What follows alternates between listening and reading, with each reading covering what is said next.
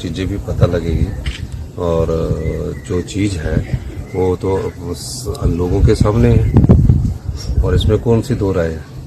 वो तो 15 करोड़ तो विधायकों ने लिए, उनके सरगनों ने ज़्यादा लिए होंगे, तो इसमें कोई दो राय नहीं है। मैं ये कह सकता हूँ कि 14 महीने पहले जो जनता के वोट से चुनकर आते हैं और 14 महीने में जो अपना ईमान बेच देते हैं, अपने को बिकाऊ कर देते हैं, उन लोगों वो ऐसे तो छोड़ नहीं सकते। सारे कार्य किए हुए थे उनके, तो कोई ना कोई उसमें धन का तो है। वो तो हम भी इन्वेस्टिगेशन कर रहे हैं, हमारे पास तथ्य भी आ रहे हैं, तो ठीक है, वो तो अच्छी बात है। वो तो सत्य तो सामने लाना ही पड़ेगा ना जनता की अदालत में। राजनीति में एक बात बड़ी स्पष्टता से होनी चाहिए, राजनीति में हमेशा ये नहीं सोचना चाहिए कि हमने अभी जनता से वोट ले लिए हैं और हमारे इतने पैसे खर्च हुए हैं, इन पैसों के अलावा हम अपना वोट बदल दें और उसके बाद हम अपने आप को राजनीतिक मंडी में रोक दें। तो इस प्रकार की जो बात है वो सत्य है, इसमें कोई दो राय नहीं है।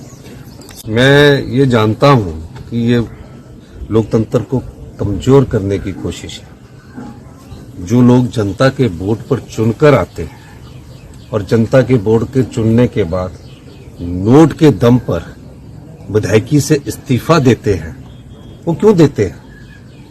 इसके पीछे के राज को जनता के पास हमको लाना ही पड़ेगा। ये हमें जनता की अदालत में बताना ही पड़ेगा कि ऐसी क्या हुआ कि 14 महीने में सब उनके एक्शन, सब एसडीएम, सब प्रकार का स्टाफ उनका लगा, लाखों करोड़ों रुपए के उनके काम हुए, 300, 400 करोड़ के एक एक विधानसभा क्षेत्र में काम हुए। फिर ऐसा क्या कारण हुआ कि एक शाम आप हमारे साथ डिनर करते हैं और अगली सुबह जाकर आपकी जिस धनात्मा को बदल देते हैं, अंतरात्मा नहीं कहूंगा मैं, वो इसको धनात्मा कहूंगा, धनात्मा को बदल देते हैं, तो कोई ना कोई कारण होगा। चलो राज्यसभा की वोट में आपने बीजेपी के प्रत्याशी को वोट डाला, बजट में क्यों नहीं आया? आपको बजट में आना चाहिए था।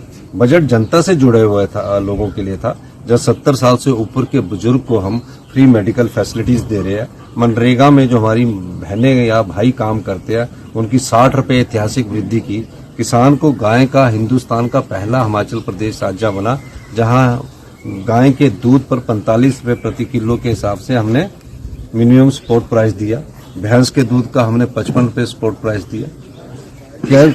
हमने 1500 रुपया अपनी बहनों को दिया, ओल्ड पेंशन स्कीम दी। कौन सी ऐसी योजना नहीं है जिसको हमने जनता के हित के लिए नहीं लाया? विधवा बहनों के बच्चों को 27 साल तक की पढ़ाई का खर्चा हमारी सरकार उठाएगी। ये सब योजनाएं तो 15 महीने के भीतर लाएगी। फिर ऐसी क्या बात हुई कि आपने अपना ईमान बेच दिया? और जो बिकता है वो जनता की अदालत में हमें ये साबित करना है कि बिकाऊ जो है उसको कभी जिताऊ नहीं बनाना।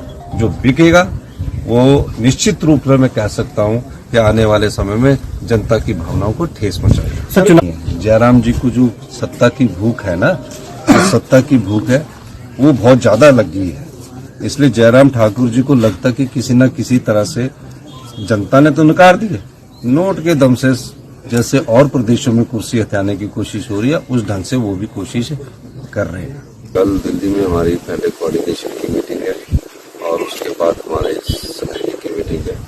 कल कुछ प्रत्याशियों का स्क्रीनिंग के बाद सेंट्रल इलेक्शन कमेटी जो हाईकमांड की होती है वो तय करती है और उसके बाद हमारे प्रत्याशी जिनके भी नाम की घोषणा होगी वो चुनाव प्रक्रिया में अपने जोर शोर से प्रचार में लग जाएंगे।